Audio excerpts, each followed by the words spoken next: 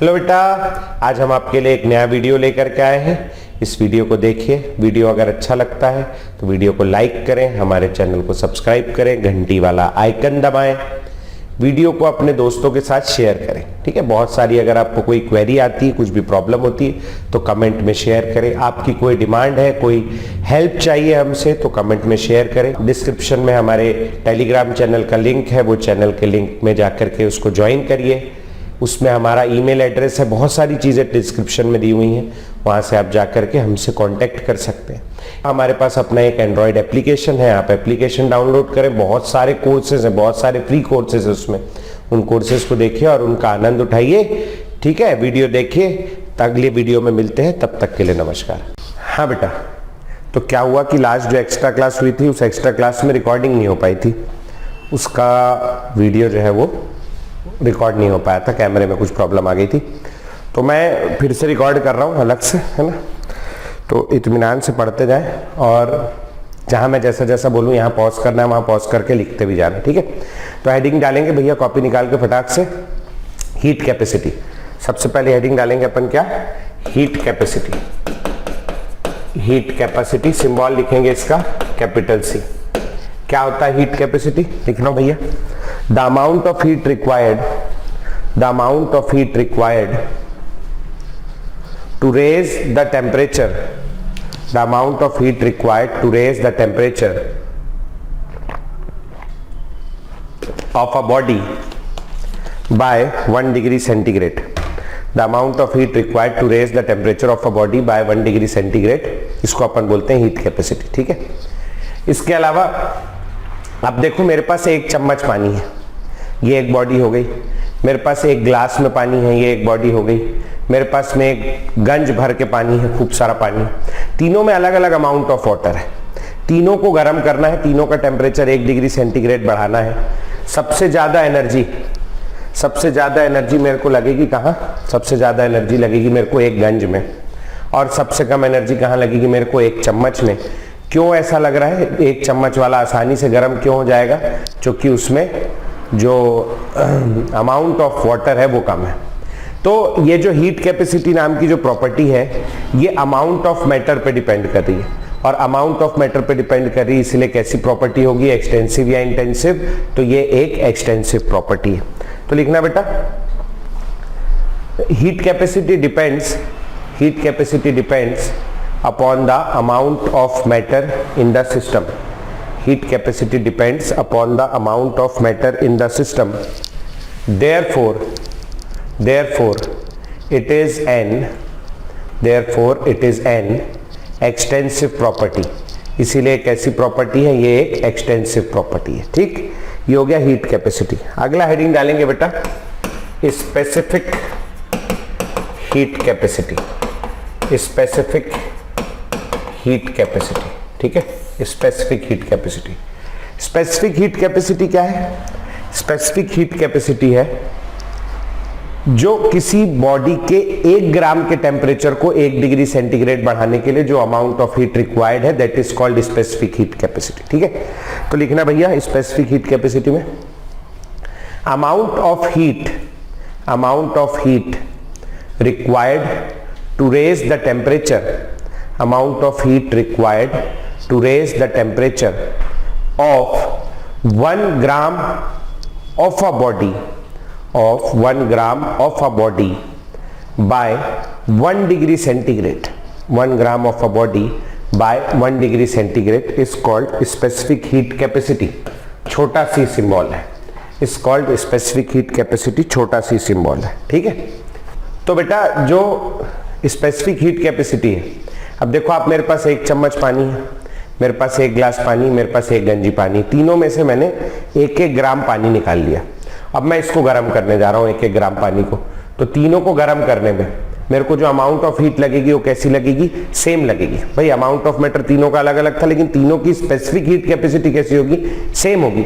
मतलब ये amount of matter पे डिपेंड नहीं कर रही है, और अमाउंट ऑफ मैटर पे डिपेंड नहीं कर रही है, यानी कैसी प्रॉपर्टी होगी, ये होगी इंटेंसिव प्रॉपर्टी। तो लिखना बेटा, specific heat capacity do not depend upon the amount of matter, do not depend upon the amount of matter present in the system, amount of matter present in the system.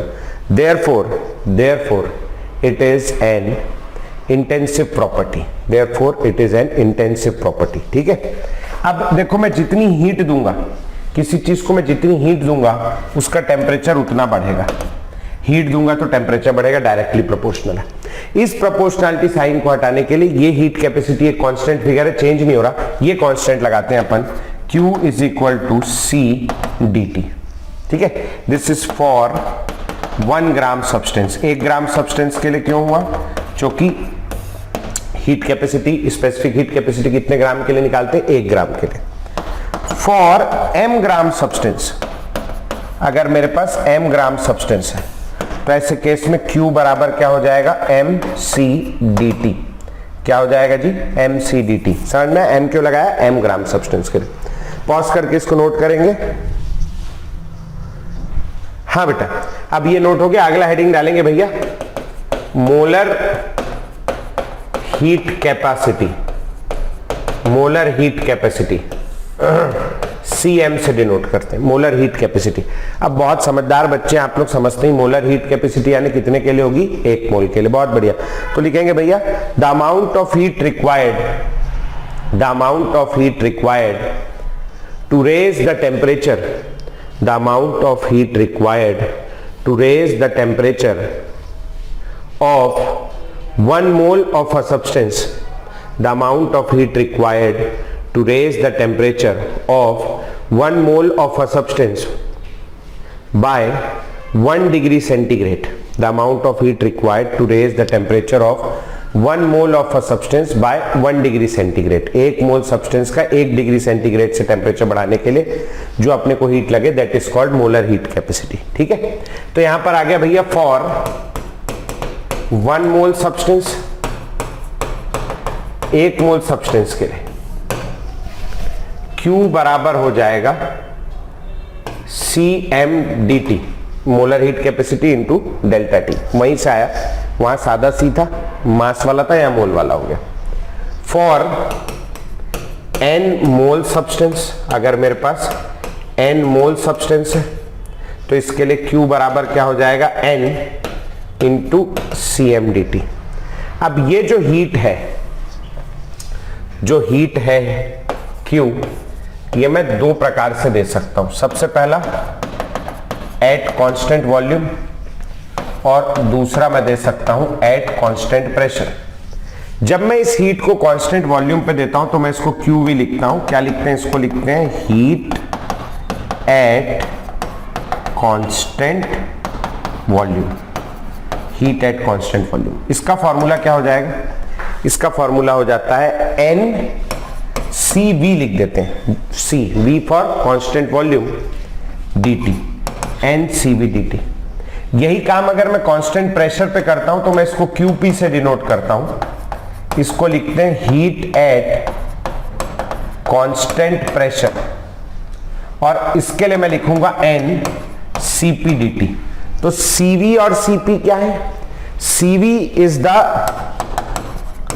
Molar heat capacity, molar heat capacity at constant volume, CV जो है, और CP क्या है? It is the molar heat capacity eight constant pressure. ये constant pressure की बात है. ठीक, तो पहले म्यूट करेंगे, बोल रहा हूं, पॉज करेंगे और पॉज करके इतना नोट कर लेंगे फटाक से, और फिर उसके बाद में मैं एक और बढ़िया चीज बताऊंगा आपको. चलिए बेटा, तो अब आगे बढ़ेंगे अपन लोग. यहां तक आ गए अपन QV बराबर. अब अगर आपको थोड़ा बहुत फर्स्ट लॉ ऑफ थर्मोडायनेमिक्स याद हो तो मैंने आपको एक ये हीट एट कांस्टेंट वॉल्यूम पहले भी पढ़ा चुका हूं मैं आपको, और हीट एट कांस्टेंट प्रेशर भी पहले से पढ़ा चुका हूं. कांस्टेंट वॉल्यूम पे, at constant volume delta V बराबर 0 होता है, और जब डेल्टा V 0 हो गया तो वर्क डन होता है minus P external into delta V. ये क्या हो जाएगा? ये 0 हो जाएगा. और अगर वर्क डन 0 हो गया तो भैया मेरा फर्स्ट लॉ ऑफ थर्मोडायनेमिक्स क्या कहता है? फर्स्ट लॉ ऑफ थर्मोडायनेमिक्स कहता है कि डेल्टा यू बराबर Q plus W, W zero हो गया ये देखो, तो डेल्टा यू बराबर आएगा क्यू वी, ये पहले लिखा चुका हूं, क्यू वी यानी heat at constant volume. Heat at constant volume actual में क्या होता है, डेल्टा यू होता है। ऐसे ही एक डेल्टा एच होता है, डेल्टा एच होता है heat at constant pressure. Delta H क्या होता है, हीट एट कांस्टेंट प्रेशर। तो ये ध्यान रखना है अपने को, ठीक है, ये पहले पढ़ा चुका हूं, हटा दे रहा हूं मैं भी इसको यहां से। तो भैया क्या याद रखना है अपने को, अपन ने क्यू वी निकाला, तो क्यू वी क्या है, हीट एट कांस्टेंट वॉल्यूम, ये किसके बराबर होगा, डेल्टा यू बराबर आ जाएगा N C V D T, ठीक है, डेल्टा यू हो गया। और heat at constant pressure delta H, delta H हो इतनी, डेल्टा एच ये बराबर हो जाएगा N C P D T के। समझ में आई बात भैया? तो ये हो गया डेल्टा यू बराबर N C V D T और डेल्टा एच बराबर N C P D T. ठीक, ये दो पॉइंट बहुत इंपॉर्टेंट है, इसको नोट कर लेंगे और इसके बाद अपन आगे बढ़ेंगे। ठीक, चलिए बेटा, तो ये हो गया एक चीज। इसके बाद अपने क्या याद रखना, इसके बाद ये एक होता है मेयर्स इक्वेशन। भैया ये कहां से आया, कैसे आया, ये सब आपको फिजिक्स में बताएंगे, केवल आप नाम लिख लो, यहां बहुत ज्यादा पूछता नहीं। मेयर्स इक्वेशन बराबर होता है सीपी माइनस सीवी बराबर आर, ये ध्यान रखना।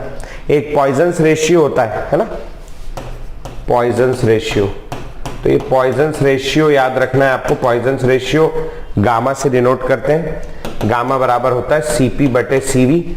ये अलग अलग गैसेस के लिए अलग अलग टाइप का होता है और ये फिजिक्स में आपको डिटेल में पढ़ाएंगे कि क्या होता है क्या नहीं होता, ठीक है, तो ये नोट कर लेंगे। तो अभी तक के अपन जो पढ़े, कहां जा रहा है, रुक गए, अभी तक के अपन जो पढ़ रहे थे, अभी तक के अपन पढ़ रहे थे आइसोथर्मल प्रोसेस। थोड़ा सा एडियाबैटिक प्रोसेस के बारे में भी देख लेते हैं, तो हेडिंग डालेंगे बेटा एडियाबैटिक प्रोसेस। एडियाबैटिक प्रोसेस क्या होती है, एडियाबैटिक प्रोसेस होती है ऐसी प्रोसेस जहां हीट का ट्रांसफर नहीं होता, मतलब हीट चेंज यानी Q बराबर क्या हो जाएगा, जीरो। ठीक, अब मेरे पास मान लीजिए इरिवर्सिबल, इरिवर्सिबल एडियाबैटिक प्रोसेस है, इरिवर्सिबल एडियाबैटिक प्रोसेस है, तो एडियाबैटिक है इसलिए Q जीरो हो जाएगा। लेकिन फर्स्ट लॉ ऑफ थर्मोडायनेमिक्स तब भी हमेशा एप्लीकेबल है, जो कि कहता है डेल्टा U बराबर Q plus W. Adiabatic process है इसलिए मैं Q को जीरो कर दूंगा, Q is equal to zero, तो डेल्टा U बराबर आ जाएगा W। Now what is delta U, delta U क्या है, डेल्टा U अभी पढ़ के आए अपन N CV dt बराबर W। W क्या होगा, वर्क डन, इरिवर्सिबल प्रोसेस है, minus P external into delta V। तो ये रिलेशन ध्यान रखेंगे, इसमें बहुत ज्यादा कोई न्यूमेरिकल नहीं बनता केमिस्ट्री के एस्पेक्ट में, ठीक है। चलो इतना नोट करो, फिर रिवर्सिबल एडियाबैटिक प्रोसेस देखेंगे, पॉज कर लो। चलो तो यहां तक लिख लिया, आगे हेडिंग डालेंगे बेटा reversible adiabatic process, reversible adiabatic process. अब रिवर्सिबल एडियाबैटिक प्रोसेस में एक 4-5 पेज का डेरिवेशन है जो मैं पहले कराया करता था, मगर अब मेरे को ऐसा लगता है कि उसकी कोई डेरिवेशन की कोई आवश्यकता नहीं, अल्टीमेटली बच्चे को याद ही रखना पड़ता है। तो रिवर्सिबल एडियाबैटिक प्रोसेस में एक छोटी सी बात याद रखना आप कि PV raise to the power gamma, PV raise to the power gamma बराबर होता है constant, PV raise to the power gamma बराबर क्या होता है, कांस्टेंट। ये बात याद रख लेना बस, बहुत इतने में काम हो जाएगा तुम्हारा। जो मेरे पास आइसोथर्मल प्रोसेस होती है, आइसोथर्मल प्रोसेस जिसके बारे में मैं आज तक पढ़ते आ रहा था, एक ग्राफ बताना है बस इसीलिए आ रहा हूं। जो आइसोथर्मल प्रोसेस होती है उसके लिए आइडियल गैस के केस में लगता है पीवी बराबर एनआरटी। अब आर तो कांस्टेंट है बेटा, आर तो कांस्टेंट है, आइसोथर्मल है इसलिए टी कांस्टेंट हो गया, गैस के मोल्स भी कांस्टेंट ले लेते हैं। तो यहां से क्या निकल के आता है, ये सब कांस्टेंट है, यानी निकल के आता है पीवी बराबर क्या, कांस्टेंट।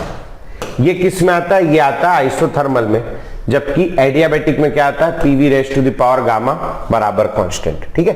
अब पेपर में पूछता क्या है, पेपर में पूछता है पीवी ग्राफ, पी और वी का ग्राफ पूछता है, पीवी ग्राफ। एक तरफ प्रेशर, एक तरफ वॉल्यूम। आइसोथर्मल प्रोसेस में PV raise to the gamma बराबर कांस्टेंट है, यानी P इज इक्वल टू के बटे वी, कांस्टेंट बटे वी, या कह लो P is inversely proportional to V, inversely proportional है।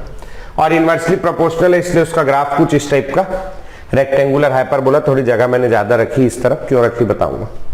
ऐसा कुछ ग्राफ बनता है, ये ग्राफ बनता है आइसोथर्मल प्रोसेस में। जब अपन बात करते हैं एडियाबेटिक प्रोसेस की, आइसोथर्मल प्रोसेस हो गई। जब अपन लोग बात करते हैं एडियाबेटिक प्रोसेस की, तो PV raise to the power gamma बराबर कांस्टेंट है, यानी P is inversely proportional to V raise to the power gamma. और यहां पर जो गामा होता है ये ग्रेटर देन 1 होता है, आप फिजिक्स में पढ़ोगे, 1 से बड़ा होता है, फिलहाल मान लो 1 से बड़ा होता है। और जब वो 1 से बड़ा है तो जैसे जैसे देखो, जैसे जैसे वॉल्यूम बढ़ रहा है प्रेशर कम हो रहा है आइसोथर्मल में, लेकिन एडियाबेटिक में जैसे जैसे वॉल्यूम कम होगा तो प्रेशर और तेजी से कम होगा, क्योंकि इसका पावर क्या है, 1 से बड़ा है, डिनोमिनेटर का पावर 1 से बड़ा है, ये वाला फंक्शन बड़ा आएगा, बड़ा आता है, इस वजह से यहां पर जो ग्राफ बनता है ये थोड़ा नीचे जाता है। समझ में? मोर स्टीप ग्राफ होता है, ज्यादा कर्व होता है, ज्यादा स्लोप होता है। ये ग्राफ किसके लिए होता है? ये होता है एडियाबेटिक प्रोसेस के लिए। ठीक है, तो ये अपने को ये दोनों ग्राफ बनाना है, दोनों ग्राफ बहुत ज्यादा इंपॉर्टेंट है। ठीक है, सिर्फ ये ग्राफ पूछता है पेपर में अपन लोगों से केमिस्ट्री के पॉइंट ऑफ व्यू से। बाकी फिजिक्स में आप एडियाबेटिक में और क्वेश्चन वेश्चन और एग्जांपल बहुत सारी चीजें देखते हो जो केमिस्ट्री में नहीं है। ठीक है, नोट कर लो। चलो बेटा, हो गया, आगे बढ़ेंगे। अगला हेडिंग डालेंगे अपन लोग, क्या?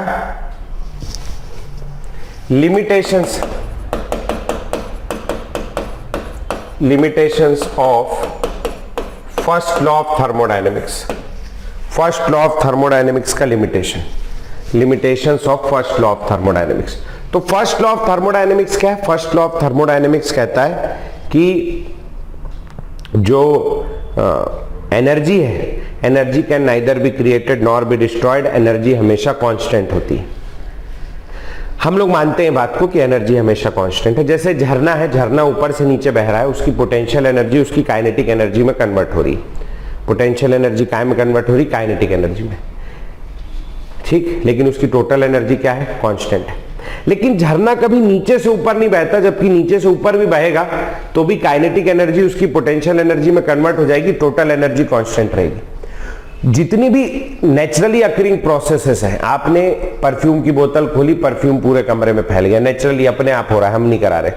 आपने एक बूंद इंक ली और वो पानी में डाल दी, ये भी नेचुरली पानी में फैल गई, पूरी नेचुरली फैल रही।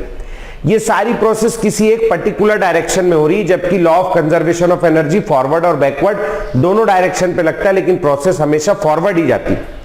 तो law of conservation of energy हमें यह तो बता सकता है कि एनर्जी कांस्टेंट है, लेकिन वो हमें यह नहीं बताता कि प्रोसेस किस डायरेक्शन में होगी। ठीक है, तो लिखेंगे भैया लॉ ऑफ कंजर्वेशन ऑफ, या ऐसे लिख लो, first law of thermodynamics FLOT fails to explain the direction of occurrence of a process, कि कोई प्रोसेस किस डायरेक्शन में होगी। The direction of occurrence of a process, ठीक, प्रोसेस के होने का डायरेक्शन नहीं बताता हूं किस डायरेक्शन में होगी। भाई मैंने एक हॉट बॉडी रखी और एक कोल्ड बॉडी रखी, हीट हमेशा हॉट बॉडी से कोल्ड बॉडी में फ्लो करती, इसकी हीट कम होती, उसकी बढ़ती है। अगर उल्टा प्रोसेस हो जाए, कोल्ड बॉडी से हॉट बॉडी में हीट फ्लो करे, तो कोल्ड बॉडी की हीट और कम हो जाएगी, हॉट बॉडी की उतनी ही बढ़ जाएगी। Law of conservation of energy तो वैलिड है, लेकिन डायरेक्शन हमेशा हॉट टू कोल्ड होता है, कोल्ड टू हॉट नहीं होता। ये डायरेक्शन हमको फर्स्ट लॉ ऑफ थर्मोडायनेमिक्स नहीं बता सकता। ठीक है, पहला पॉइंट हो गया, डायरेक्शन नहीं बता पा रहा है। दूसरा लिखेंगे भैया, it fails to explain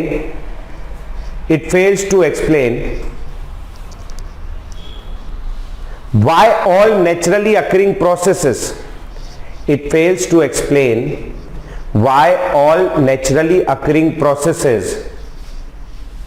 are irreversible in nature. It fails to explain why all naturally occurring processes are irreversible in nature. कोई भी प्रोसेस इरिवर्सिबल की होती है, ये बात को एक्सप्लेन नहीं कर पाता। Fails to explain why all naturally occurring processes are irreversible in nature. समझ में आई बात? अगला लिखेंगे भैया, जैसे जो भी बताई मैंने ना, हीट हमेशा hot body to cold body जा रही, कोल्ड टू हॉट क्यों नहीं आ रही, ये नहीं बता पाता अपने को। अगला लिखेंगे भैया, अगर मान लो कोई हीट लॉस नहीं होता है, अगर मान लो हीट लॉस 0 है, Q इज इक्वल टू 0 है, हीट लॉस नहीं हो रहा, तो जितनी इंटरनल एनर्जी पूरा वर्क डन होना चाहिए, है नहीं? मतलब जितना एनर्जी दिया पूरे का काम हो जाना चाहिए।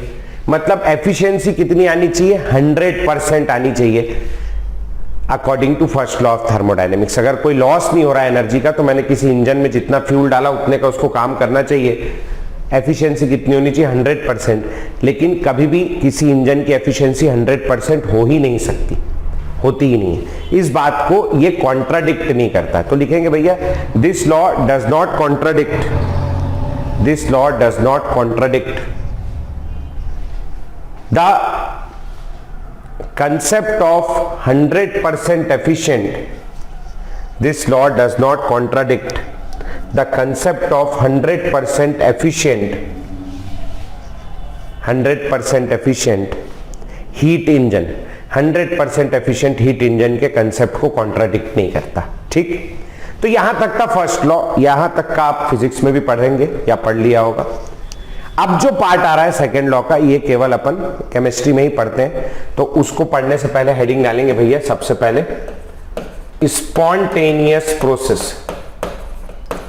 स्पॉन्टेनियस प्रोसेस, अब क्या होती है स्पॉन्टेनियस प्रोसेस देखना है, तो सबसे पहले लिखेंगे भैया स्पॉन्टेनियस प्रोसेस क्या होती? A process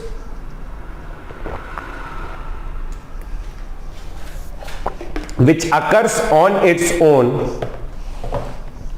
a process which occurs on its own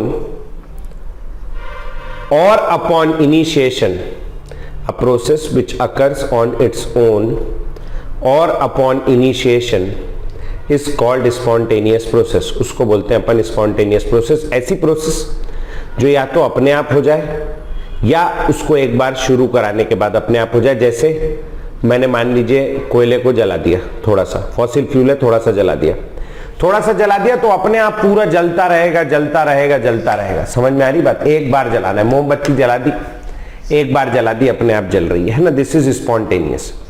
एक इनिशिएशन रिक्वायर्ड है। जैसे कोई चीज है, जैसे पानी झरना ऊपर से नीचे बहता है, this is spontaneous. Heat hot body से कोल्ड बॉडी फ्लो करती है, this is spontaneous. Current flow करता है हाई पोटेंशियल से low potential, that is spontaneous. ये सब स्पॉन्टेनियस है। तो आप कुछ एग्जांपल लिखते हैं, शुरू करेंगे। Examples number 1, flow of heat. Number 1, flow of heat from hot body to cold body. Number 1 लिखेंगे बेटा, flow of heat from hot body to cold body. Number 2 लिखेंगे, नंबर 2 लिखेंगे, flow of water down the hill. पहाड़ से पानी का नीचे आना, flow of water down the hill. Number 3 लिखेंगे, flow of current from high potential to low potential. Flow of current from high potential to low potential. अगला लिखेंगे, diffusion of ink drop in a bucket full of water. Diffusion of ink drop in a bucket full of water. ठीक है, अगला लिखेंगे भैया, diffusion of perfume molecules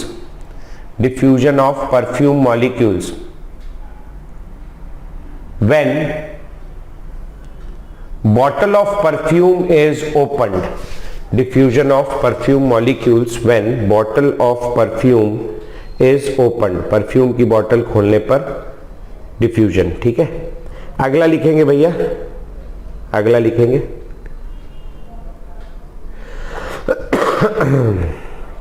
जैसे लिखो burning of fossil fuel, इसके बाद वाला बताऊंगा जो मैं बोल रहा था। Burning of fossil fuels bracket में लिखेंगे requires initiation. Burning of fossil fuel bracket में लिखेंगे रिक्वायर्स इनिशिएशन, इनिशिएशन रिक्वायर। अगला लिखेंगे बर्निंग ऑफ फॉसिल फ्यूल के बाद, बर्निंग ऑफ फॉसिल फ्यूल के बाद अगला लिखेंगे जैसे लोहे में जंग लगना है, रस्टिंग ऑफ आयरन है, तो रस्टिंग ऑफ आयरन को आप क्या समझते हैं, स्पॉन्टेनियस है या नॉन स्पॉन्टेनियस है? सोचो, रस्टिंग ऑफ आयरन, लोहे में जंग लगना।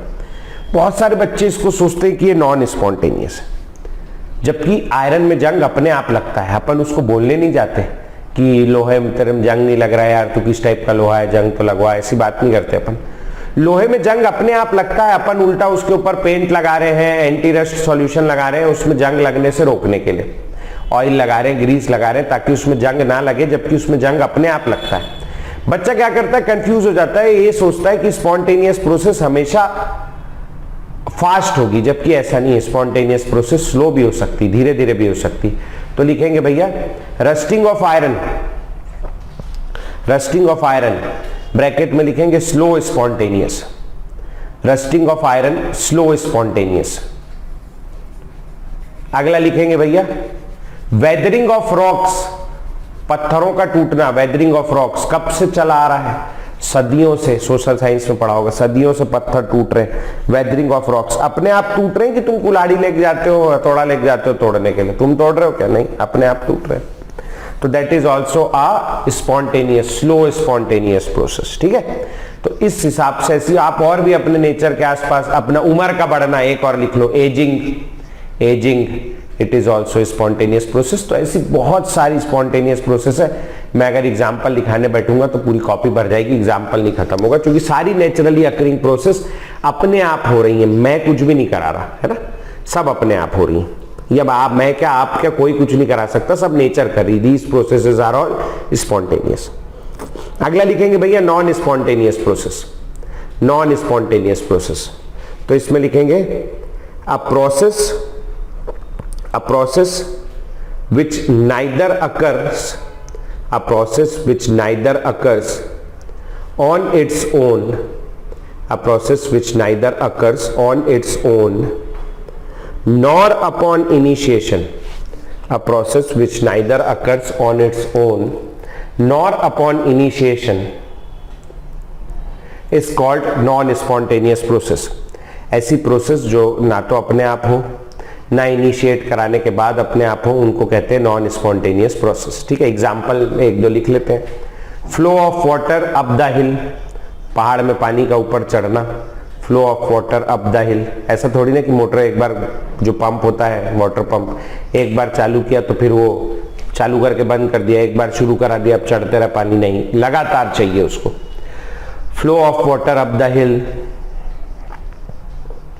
Flow of heat from cold body to hot body, flow of heat from cold body to hot body, ठंडी चीज का और ठंडा हो जाना, एटसेट्रा। ऐसे आप 100 एग्जाम्पल लिख सकते हो, दो ही बहुत है, नॉन स्पॉन्टेनियस कोई नहीं पूछता। ठीक है, अब सवाल ये है कि ये जो सारी नॉन स्पॉन्टेनियस प्रोसेसेस हो रही हैं अपने आप, तो इनको करा कौन रहा है, आखिर ये अपने आप हो कैसे रही, तो वो चीज को अपने को देखना है। तो वो चीज अपन देखेंगे। एक मिनट ये सब साइड कर लूं, मैं फिर पढ़ाता हूं। चलो बेटा, तो अब अपने को चाहिए कि ये सारी जो स्पॉन्टेनियस प्रोसेसेस हो रही हैं, इनको करवा कौन रहा है, इनके पीछे ड्राइविंग फोर्स कौन है। तो अपन हेडिंग डालेंगे भैया कॉपी में, driving force, driving force for spontaneity of a process, driving force for spontaneity of a process. किसी प्रोसेस के होने के पीछे क्या ड्राइविंग फोर्स है। तो भैया देखो, जो केमिकल रिएक्शंस हैं या जो भी प्रोसेसेस हैं, ये प्रोसेस दो प्रकार की हो सकती है। एक तो कैसी हो सकती, एक हो सकती एक्सोथर्मिक प्रोसेस, एक हो सकती है एक्सोथर्मिक, और दूसरी कैसी हो सकती, दूसरी हो सकती है एंडोथर्मिक प्रोसेस। एक एक्सोथर्मिक हो सकती है और एक हो सकती है एंडोथर्मिक। ठीक है, एक्सोथर्मिक प्रोसेस, यही दो प्रकार की प्रोसेसेस है और क्या। तो जो एक्सोथर्मिक प्रोसेस होती है, एक्सोथर्मिक प्रोसेस में रिलीजेस हीट एनर्जी, हीट क्या करती है, रिलीज करती है। जो एंडोथर्मिक प्रोसेस है, this process absorbs heat energy, ये हीट को एब्जॉर्ब करती है। अब जब कोई हीट को एब्जॉर्ब करेगा हीट, तो उसके अंदर की हीट क्या होगी, एनर्जी क्या होगी, बढ़ जाएगी। तो इस केस में एनर्जी क्या हो गई भैया, बढ़ गई। कोई एनर्जी या हीट रिलीज कर देगा तो उसके अंदर की जो टोटल एनर्जी है वो क्या हो जाएगी, कम हो जाएगी। समझ में आ रही बात है ना, सिंपल सी बात। अब देखो जिसके पास खूब एनर्जी है, मैं सुबह खा के आया पढ़ाने के लिए तो नाच नाच के इधर से उधर, उधर से इधर, पूरी ताकत के साथ पढ़ा रहा हूं। यही काम मेरे को रात के 11 बजे 12 बजे बोलो पढ़ाने के लिए, तो अब तब तक मैं थक जाता हूं, मैं भी इंसान हूं। तो थक गया तो मैं धीरे धीरे पढ़ा तो देता हूं, तब भी पढ़ाने तो आप मेरे को बोलो रात के 2 बजे उठ के पढ़ा तो मैं 4 चैप्टर पढ़ा दूं, पता भी ना चले आदमी को। तब मैं धीरे धीरे आराम आराम से पढ़ाता हूं, है नहीं। मेरी एनर्जी कम हो जाती है, एनर्जी कम हो जाती है तो मैं धीरे हो जाता हूं, स्टेबल हो जाता हूं, भागता नहीं हूं यहां से वहां। तो एनर्जी जिसकी ज्यादा होती है वो सुबह इधर से उधर दौड़ रहा है, एक जगह स्टेबल नहीं है, स्टेबिलिटी कम है। एनर्जी ज्यादा, स्टेबिलिटी कम। रात होने तक की उसकी एनर्जी कम हो गई, स्टेबल हो गया, बिस्तर में सोना चाहता है, स्टेबिलिटी पाना चाहता है। एनर्जी कम होगी जब रात हो गई, बिस्तर में सो जाएगा, स्टेबल हो गया एक जगह पे, स्टेबिलिटी बढ़ गई। सुबह सुबह एनर्जी ज्यादा है, एक जगह बैठने को नहीं देख रहा है, यहां से वहां दौड़ रहा है, स्टेबिलिटी कम है। अब जिस प्रोसेस में स्टेबिलिटी बढ़ रही हो वो प्रोसेस अपने आप होगी, ऑब्वियस सी बात है। तो this is a spontaneous process, है ना। और जिस प्रोसेस में स्टेबिलिटी कम हो रही हो प्रोसेस अपने आप नहीं होगी, तो this one is a non spontaneous process. कैसी प्रोसेस है ये? यह है नॉन स्पॉन्टेनियस प्रोसेस। समझ में आई बात? Spontaneous, non spontaneous. क्यों अपने आप हो रही? क्योंकि स्टेबिलिटी बढ़ रही। क्यों अपने आप नहीं हो रही? क्योंकि स्टेबिलिटी घट रही। ठीक है, इसको नोट करो, फिर एक छोटा सा पॉइंट लिखाऊंगा मैं, फिर आगे बढ़ेंगे। लिखेंगे बेटा, according to this view all exothermic processes should be spontaneous. According to this view, all exothermic processes should be spontaneous, whereas all endothermic processes should be non-spontaneous. ठीक है, should be non-spontaneous. लिख लेना, क्या लिखोगे? According to this view, all exothermic processes should be spontaneous and all endothermic processes should be non-spontaneous. ठीक है, ऐसा होता है। लेकिन हर क्लास में एक बच्चा ऐसा होता है, जैसे आपने टीचर ने कुछ लिखा है कि ऐसा होना चाहिए, तो वो वहां से खड़ा हो जाता है कि सर मगर पर ऐसा हो जाए, तो वो सारी बात है। तो जैसे ही साइंटिस्टों ने देखा कि भैया सारी एक्सोथर्मिक प्रोसेस कैसी स्पॉन्टेनियस होनी चाहिए, तो वहां से कोई दूसरा साइंटिस्ट खड़ा हो गया बट लेके, अपना बट मतलब लेकिन लेके, तो वही लिखेंगे, but there are certain examples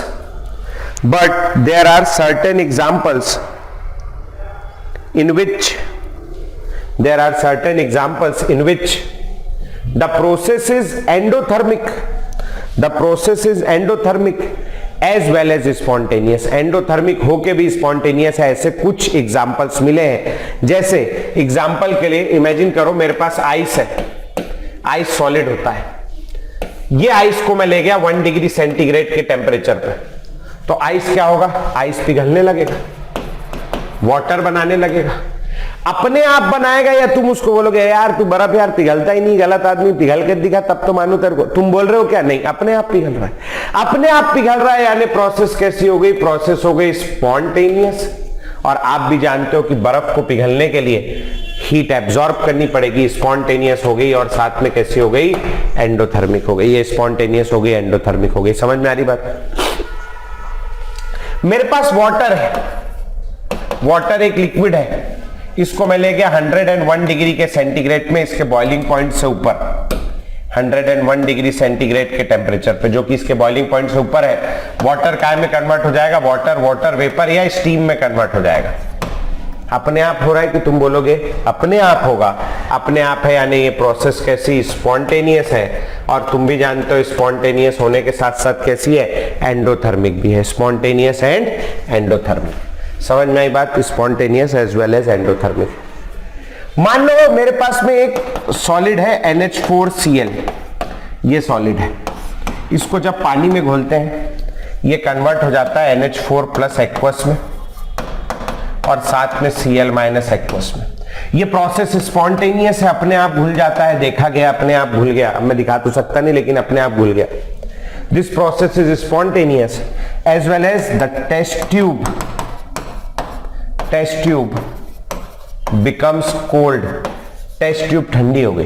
test tube ठंडी हो गई का क्या मतलब है, इसने हीट क्या करी है, टेस्ट ट्यूब की हीट एब्जॉर्ब करी है, स्पॉन्टेनियस है, साथ साथ कैसा हो गया, एंडोथर्मिक हो गया, अपने आप हो रहा और एंडोथर्मिक।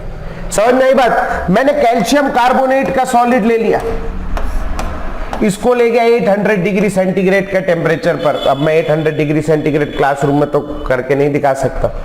ये टूट जाता है CaO सॉलिड और CO2 लिक्विड में, ये भी CO2 गैस में। ये प्रोसेस भी स्पॉन्टेनियस है और स्पॉन्टेनियस होने के साथ साथ क्या है, एंडोथर्मिक है। स्पॉन्टेनियस होने के साथ साथ एंडोथर्मिक है।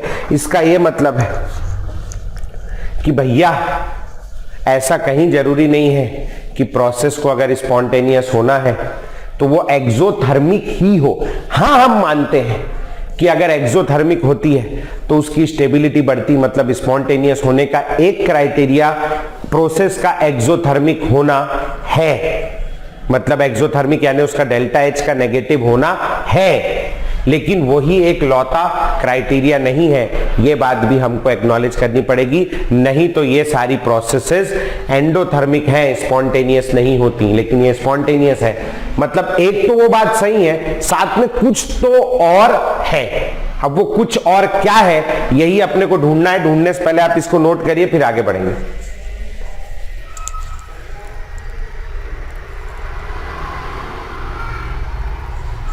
लिखेंगे भैया therefore we cannot say that a decrease in enthalpy bracket में लिखेंगे डेल्टा H नेगेटिव और डैश करके लिखेंगे एक्सोथर्मिक और ब्रैकेट बंद कर देंगे। therefore we cannot say a decrease in enthalpy delta H negative या exothermic is the only criteria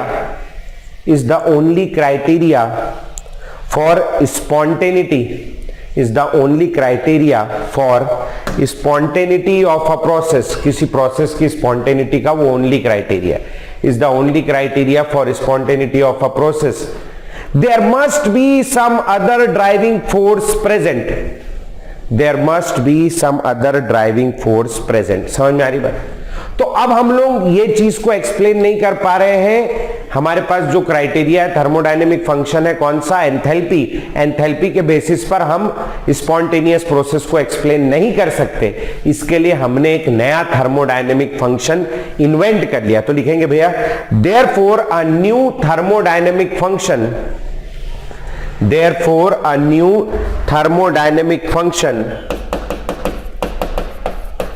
entropy, S symbol है, ENTROPY, entropy S was invented to explain spontaneity of a process। ठीक है, heading डालेंगे भैया entropy, इसकी परिभाषा लिखेंगे और छुट्टी एंट्रोपी, हेडिंग डालेंगे एंट्रोपी, लिखेंगे डिग्री ऑफ एंट्रोपी S में लिखेंगे डिग्री ऑफ रैंडमनेस और डिसऑर्डर्डनेस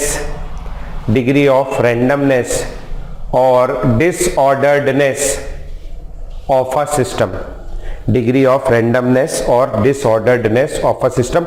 अब क्या होता है ये, वो चीज अपन और समय के साथ धीरे धीरे अगली क्लास में, पूरा एंट्रोपी ही पढ़ना है, बहुत इंपॉर्टेंट क्लास है, अगली क्लास में देखेंगे। फिलहाल आज के लिए इतना ही, नमस्कार, अगली क्लास में मिलते हैं।